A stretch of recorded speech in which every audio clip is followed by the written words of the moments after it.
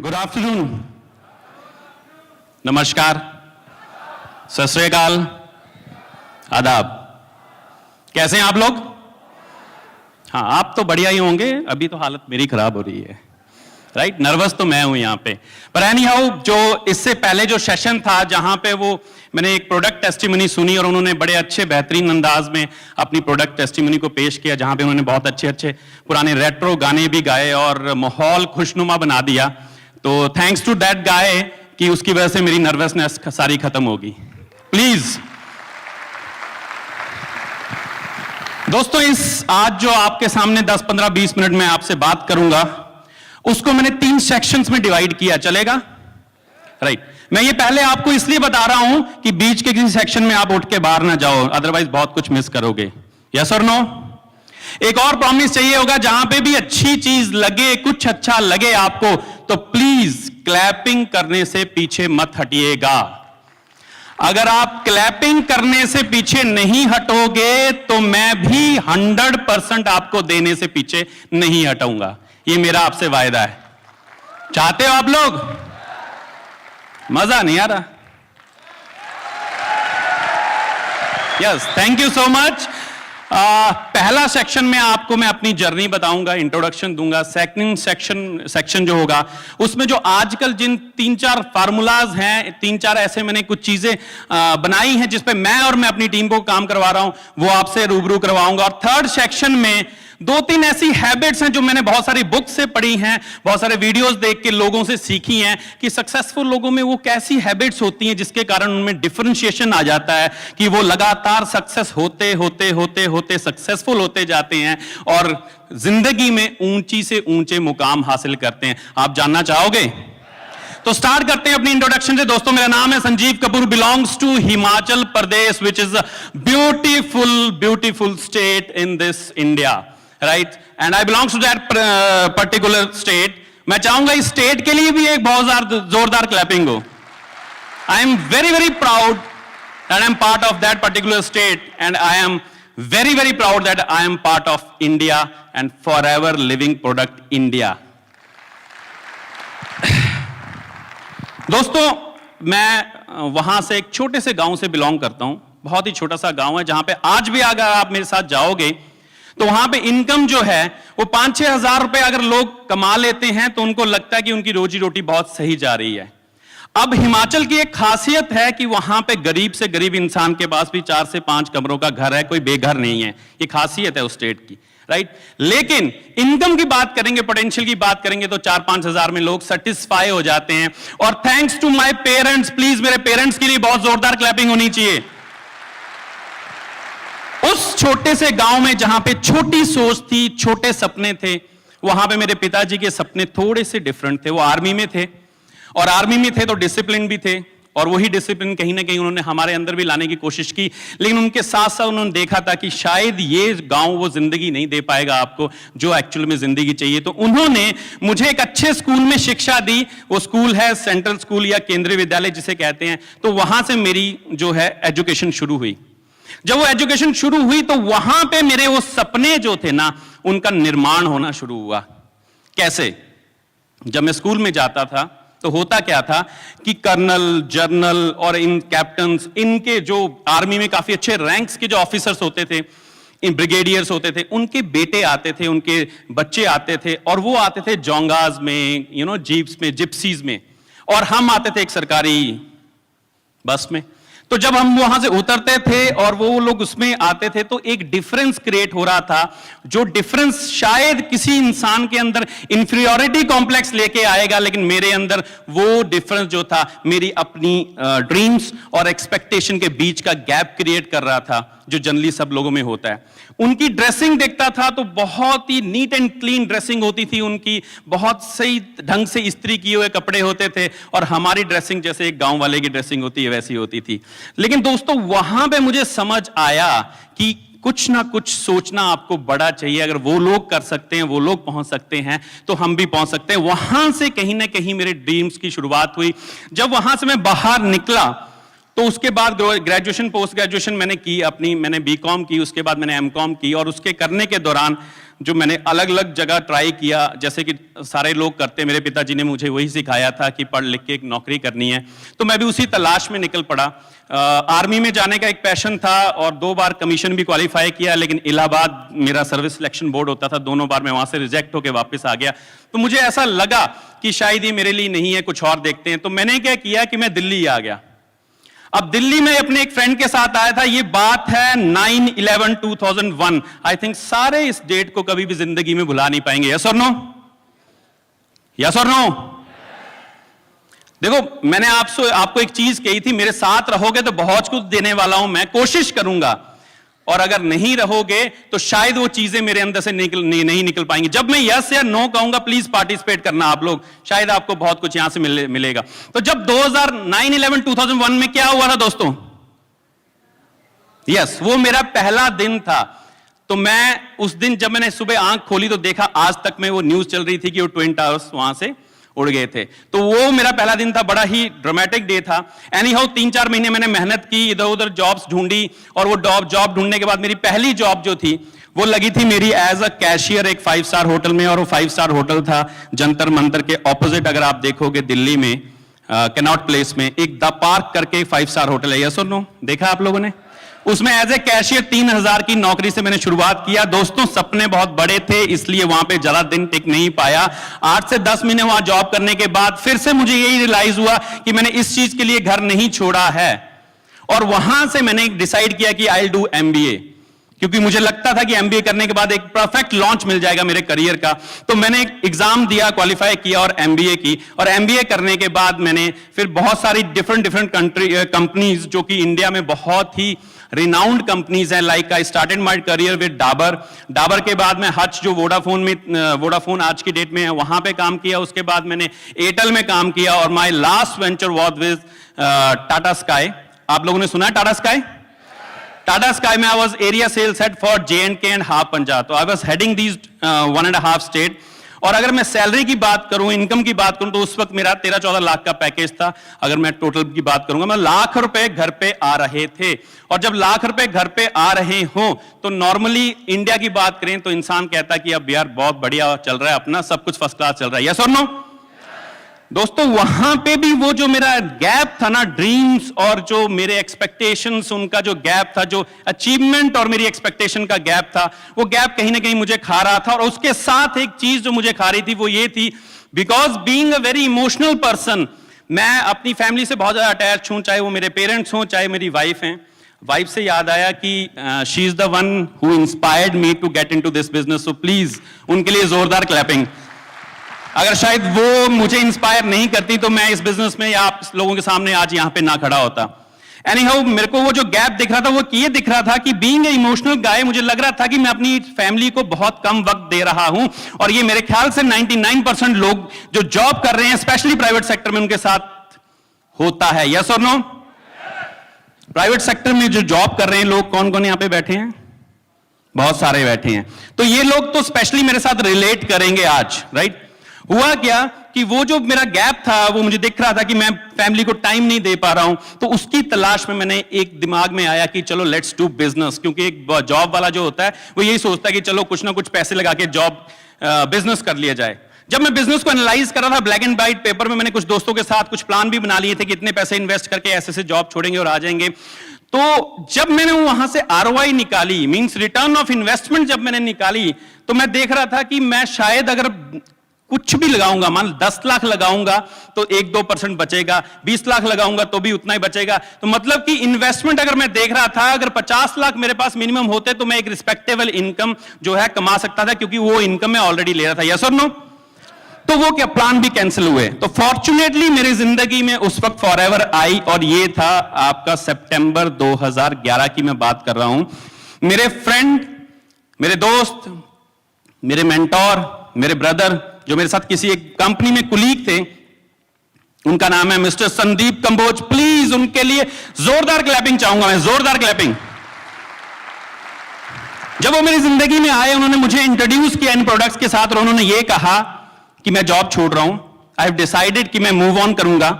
और he was LG marketing head for Punjab. दोस्तों, 18 लाख के पैकेज में थे वो, राइट? और उन्होंने वो डिसाइड किया कि मैं जॉब क्विट करूंगा। जब उन्होंने ये डिसाइड किया कि मैं जॉब क्विट करूंगा तो मैं थोड़ा सरप्राइज था, पर मैंने कहा चलो ठीक है, आप कुछ कर रहे हो तो ठीक ही कर रहे होंगे। तो मैंने कहा ओके। वो आए मेरे साथ, उन्होंने कुछ प्रोडक्ट्स इंट्रोड्यूस किए।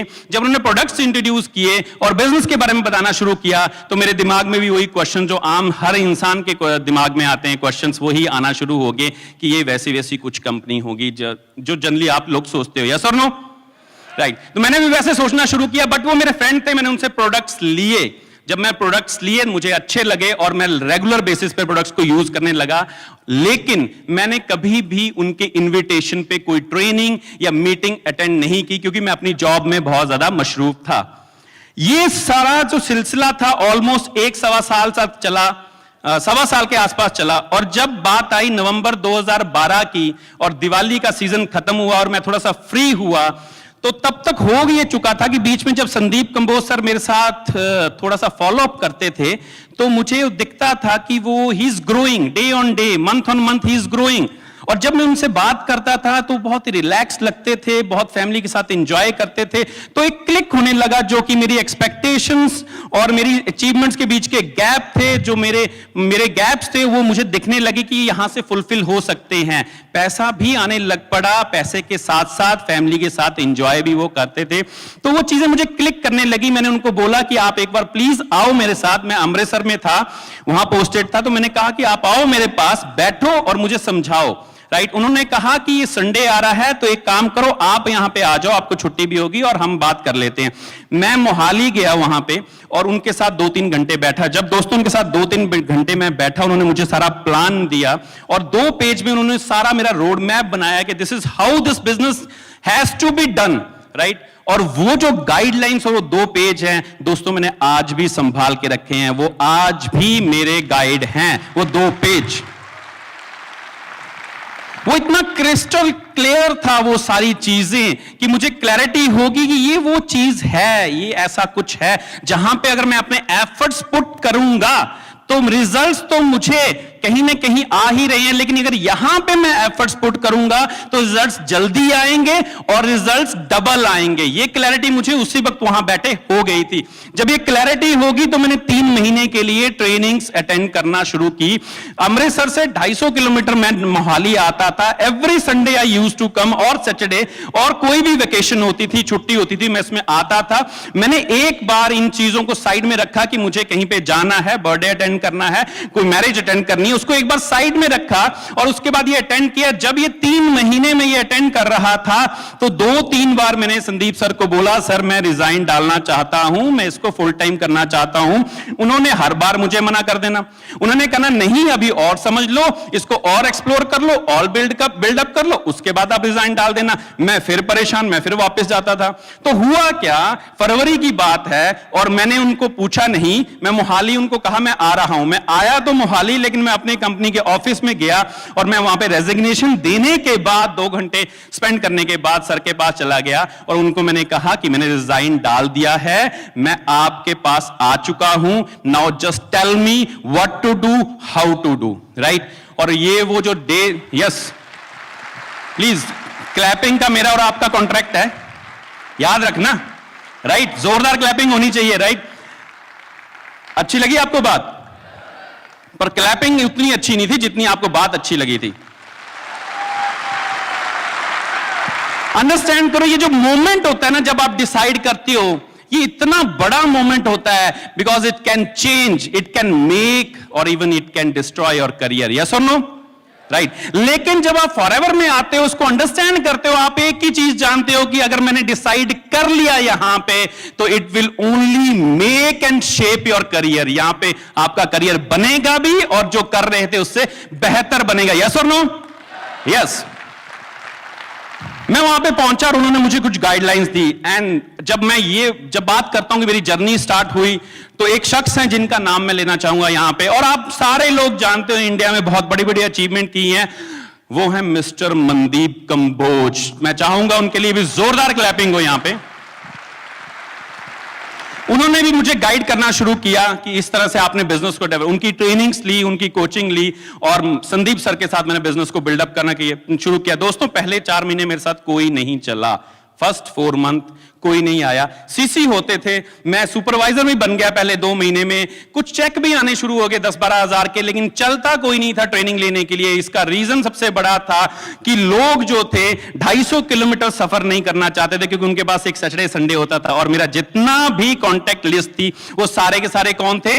मेरे साथ जॉब वाले, जिनके पास सैटरडे या संडे होता था, तो वो निकालना नहीं चाहते थे टाइम। तो 4 मंथ्स लगे मुझे कुछ लोगों को वहां से निकालने में, और उसके बाद जो कारवां बनना शुरू हुआ दोस्तों, अब मैं आपको बात करूंगा कि मेरी अगली जर्नी में क्या क्या हुआ और अचीवमेंट्स कैसे आए, राइट। तो 4 मंथ्स तक मैं सिर्फ अकेला आता था, और कभी कभी सिर्फ मेरी वाइफ मेरे साथ आ जाते थे कि देखते कि ये अकेला जा रहा है, तो लाइक ए सपोर्ट सिस्टम वो मेरे साथ आ जाते थे कि इनको बुरा ना लगे कि कोई इनके साथ नहीं चल रहा है, तो मेरे साथ आ जाते थे ट्रेनिंग्स के लिए।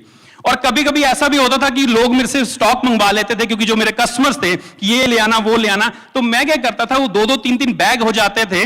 और जब मैं रेलवे स्टेशन में उतरता था अमृतसर में, तो 3 बैग एक बंदा नहीं उठा सकता, यस और नो?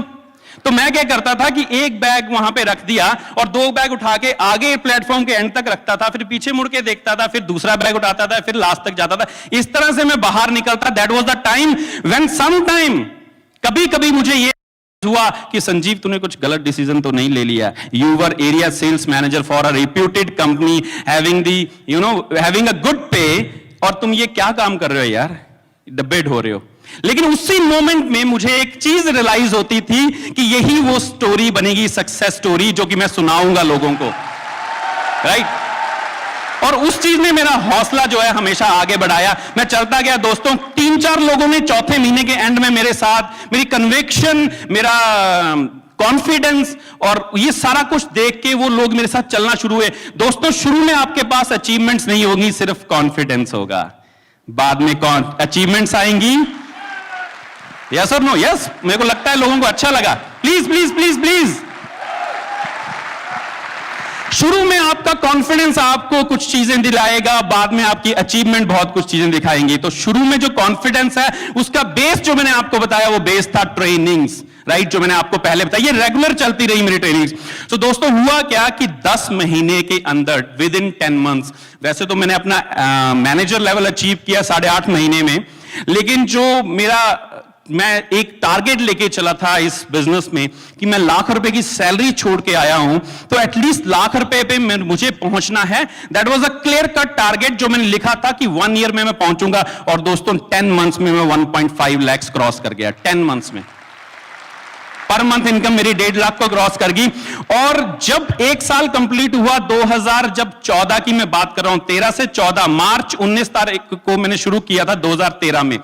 जब मार्च 2014 आया आपका, तो 15 तारीख को जो पे आउट आया था, दोस्तों याद रखो कि मैंने टारगेट लिया था 1 ईयर में 1 लाख का, और जो मेरा पे आउट था that was 2 lakh rupees 1 year, right. और ये 100% रिजल्ट था कुछ चीजों को फॉलो करने का। वो मैं आपसे डिस्कस करूंगा, जिन चीजों पे मैंने बात करनी है सेकंड सेक्शन में। और इसके साथ साथ मेरा कार प्लान लेवल 1 हुआ। विद इन 1 ईयर मैंने अपना कार प्लान लेवल 1 अचीव कर लिया था, राइट। वो भी मैं आज इंजॉय कर रहा हूं। ये सारे दौरान मैं सीनियर मैनेजर बना। उसके बाद मैं मिलियनेयर क्लब में शामिल हुआ।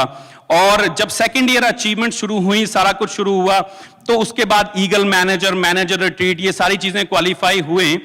और उसके साथ साथ जो सिंगापुर में मेरे साथ हुआ, जब मैं यहां से सिंगापुर गया, इस साल की बात है, शुरू में अप्रैल में, तो वहां पे जब मैं वहां पहुंचा और इतने सारे लोगों को देखा मैंने, तो मैं एकदम हैरान रह गया। और वहां पे एक और चीज मेरे दिमाग में आई कि संजीव कपूर, आई थिंक तुम्हारे ड्रीम्स जो हैं बहुत ही छोटे हैं। इन ड्रीम्स को अब और बड़ा करना पड़ेगा, क्योंकि आप इस प्लेटफॉर्म पे आ चुके हो जहां पे छोटे ड्रीम्स का काम ही नहीं है। यहां पे अगर ड्रीम्स आपके बड़े नहीं है, मुश्किल है, मुश्किल है। तो अगर रोटी पानी खानी है, 40-50 हजार कमाने हैं, तो प्लीज मेरी रिक्वेस्ट है, आप अपना टाइम वेस्ट यहां ना करें और ना ही अपने अपलाइन का करें। अगर आपने मिनिमम 3 से 4 लाख रुपया मंथली कमाना है with a full proof system, with ethics and everything, तो ये प्लेटफॉर्म आपके लिए है, राइट। छोटे ड्रीम्स लेके प्लीज यहां पे ना आओ यहां।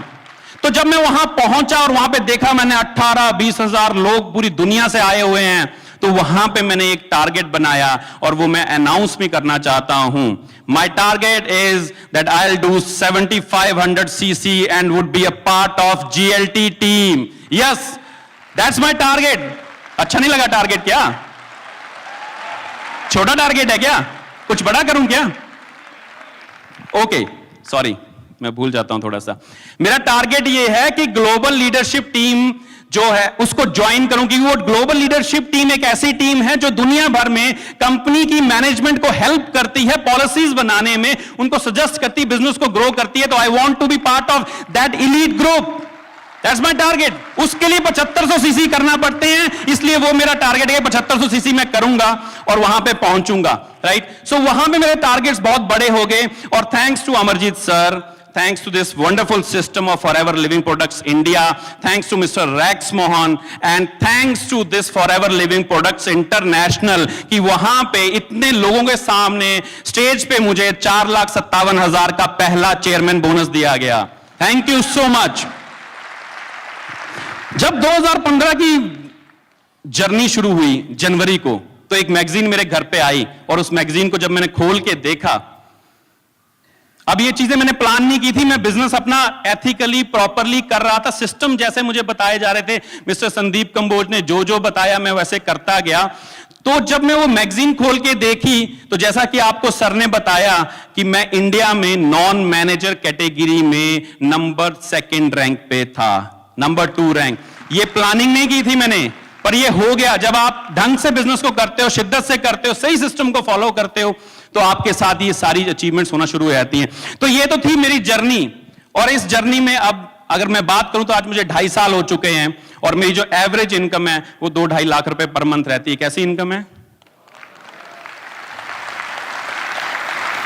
अच्छी बात यह है कि उस मैगजीन में मैं ही नंबर 2 पे नहीं था, मेरी टीम में मिस्टर अमरवीर चाहल नाम के एक डिस्ट्रीब्यूटर हैं, वो भी टॉप 5 में 5th रैंक में थे। And that's the achievement, because आप अकेले सक्सेसफुल नहीं हो रहे, आपके साथ कौन सक्सेसफुल हो रहा है? आपकी टीम भी सक्सेसफुल हो रही है, और वो भी आपके साथ ठीक ठाक यहां पे पैसा कमा रही है, अपनी लाइफ को चेंज कर रही है। तो दिस इज माय जर्नी। अब मैं जर्नी के बाद मैंने प्रॉमिस किया था कि सेकंड आपको चीज बताऊंगा, वो 4-5 पॉइंट्स जिनके ऊपर मैं आज की डेट में चल रहा हूं और अपनी टीम को डेवलप कर रहा हूं। सुनना चाहोगे आप?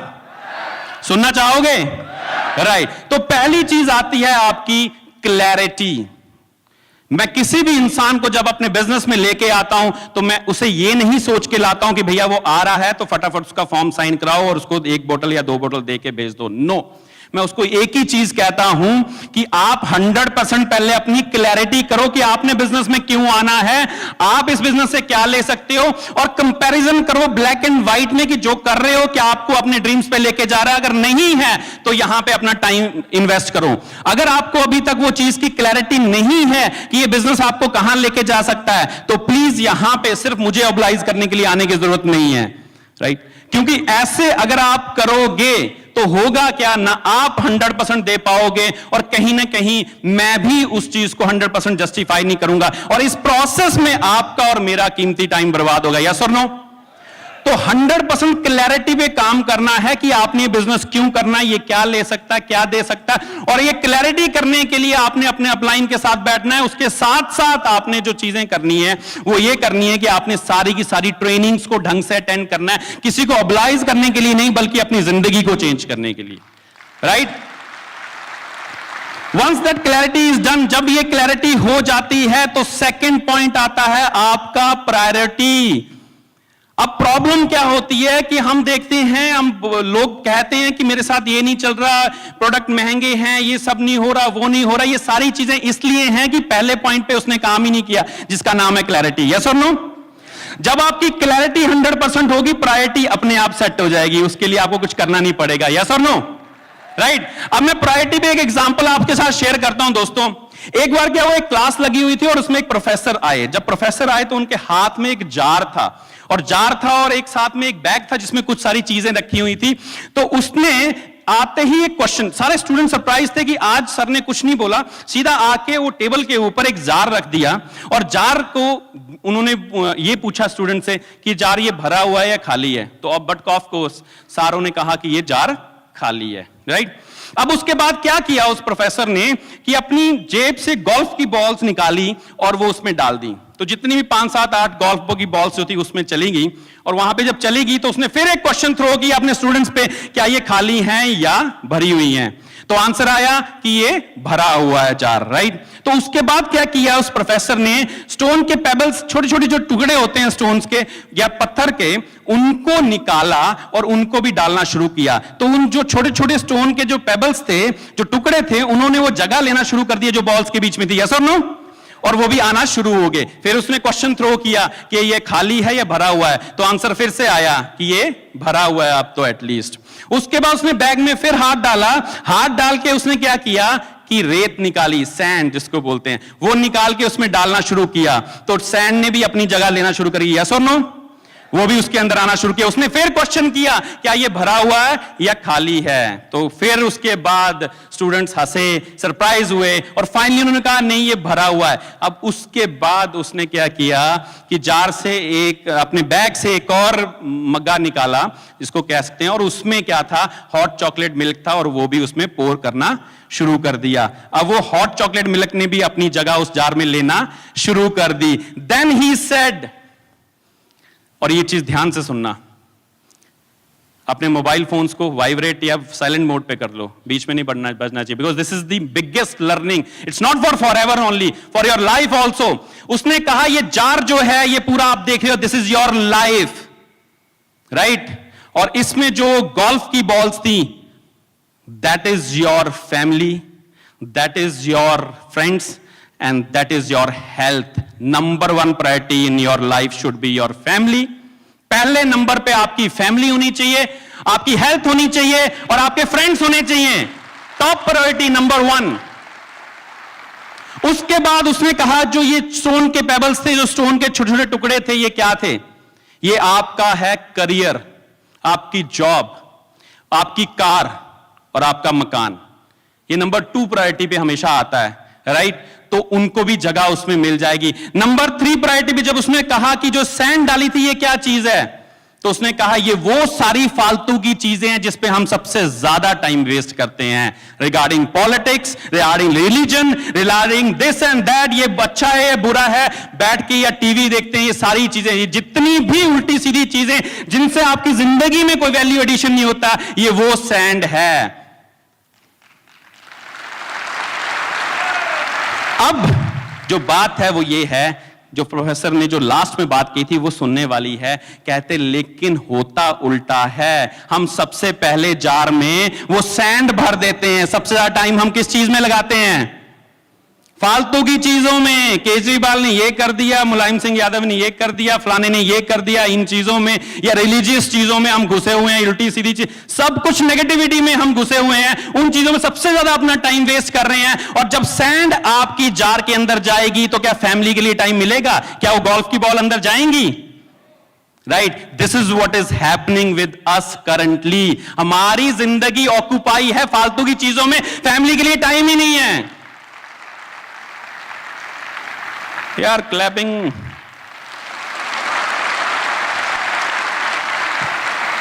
सो नंबर 1 प्रायोरिटी पे आपकी हमेशा हेल्थ आती है, आपकी फैमिली आती है। And I am very proud, उस एग्जांपल के बाद मुझे यह स्टडी हुआ कि फॉरएवर एक ऐसा करियर है, इकलौता करियर है आपके पास, जहां पे आप नंबर 1 प्रायोरिटी पे अपने करियर और फैमिली और हेल्थ को रख सकते हो इकट्ठे, रादर देन नंबर 2 पे।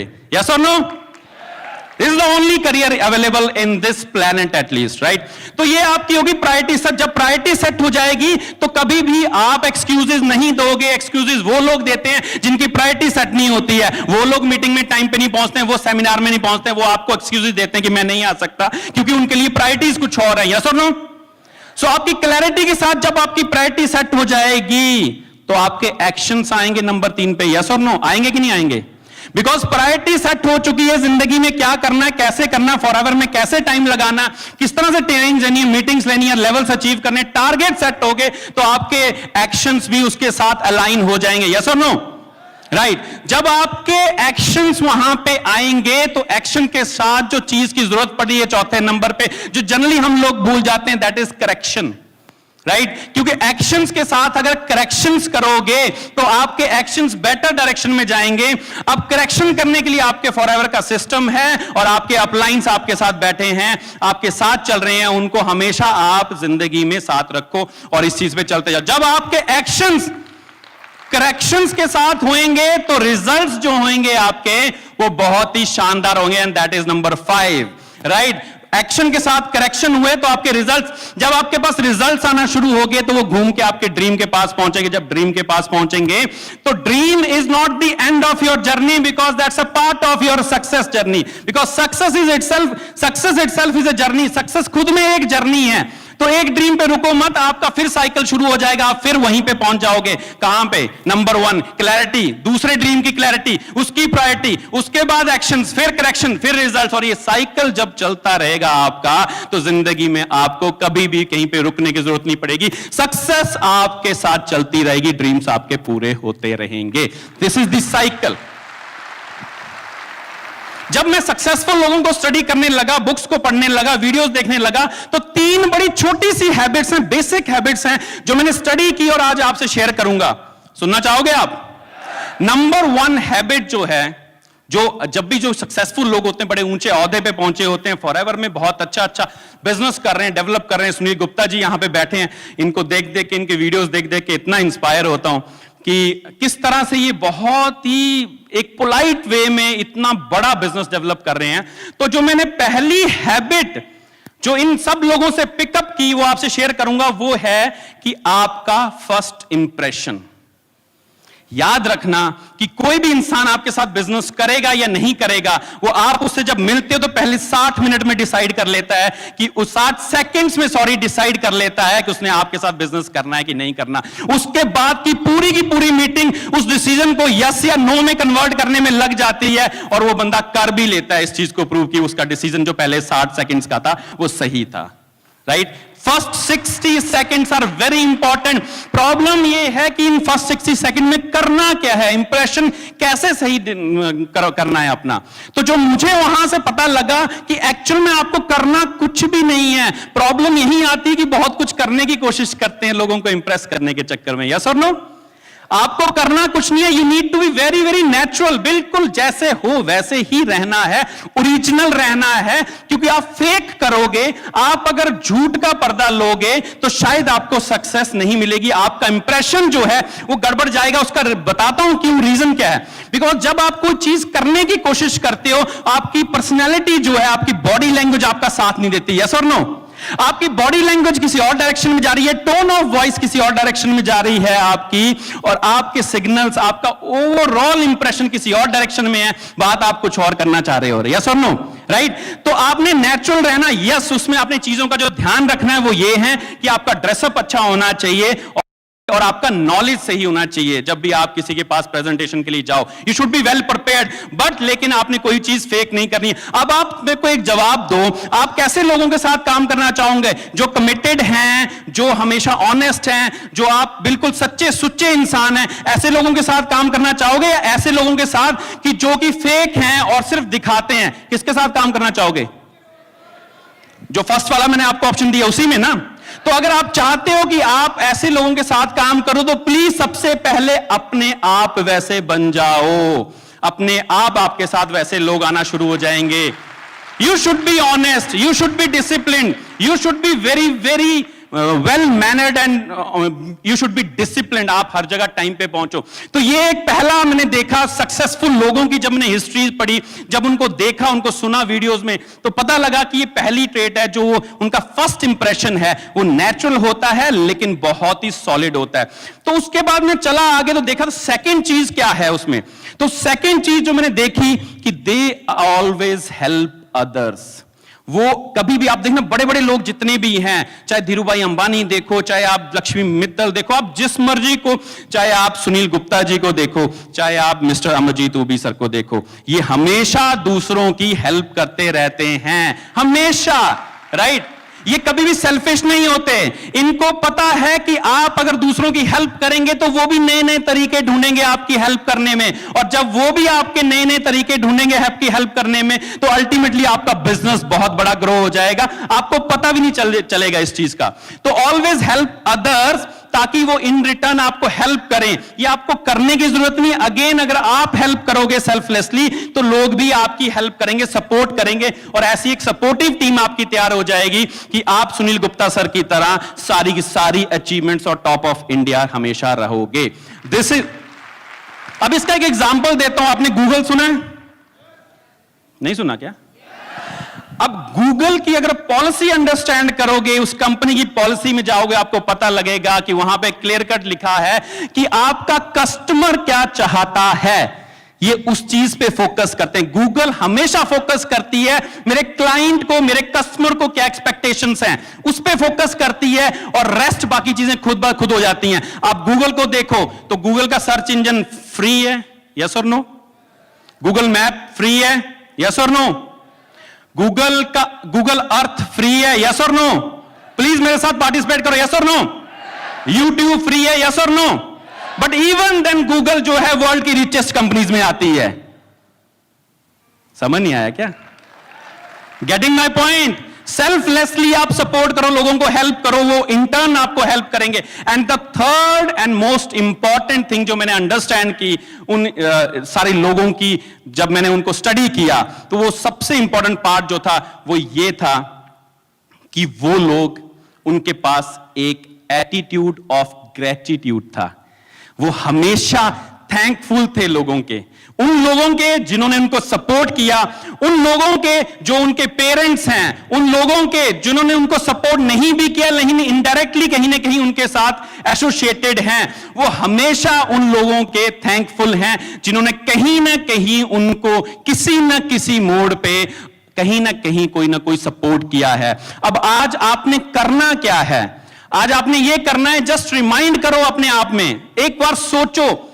जब आप ये सोचोगे कि आपकी जिंदगी में आपने किन लोगों की हेल्प की है, आप 10 चीजें गिना दोगे। मैंने किसी की नौकरी लगवाई थी, किसी को लिफ्ट दी थी, किसी को ये किया था, वो किया था, यस और नो?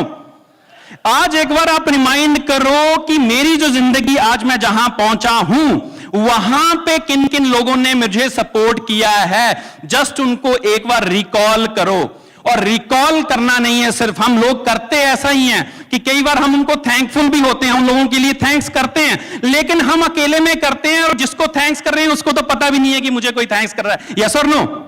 तो आज आपने यहां से निकलने के बाद सबसे पहली एक्टिविटी अगर करनी है तो वो ये करनी है कि फोन उठाना है और उन सारे लोगों को कॉल करनी है जिन्होंने जिंदगी में कहीं ना कहीं आपको सपोर्ट किया है। कॉल करनी है, बताना है उनको कि just because of you I am here. जो मुझे मिला है जिंदगी में, ये आप लोगों की कहीं ना कोई डायरेक्ट या इनडायरेक्ट कंट्रीब्यूशन है। और उनमें आपके पेरेंट्स आते हैं, आपके रिलेटिव आते हैं, आपके ब्रदर्स सिस्टर्स आते हैं, फ्रेंड्स आते हैं, आपकी टीम आती है, आपके मेंटोर आते हैं, आपके कोच आते हैं, आपके फ्रेंड्स आते हैं। इन सारे लोगों को आपने थैंक यू करना है। आप करोगे?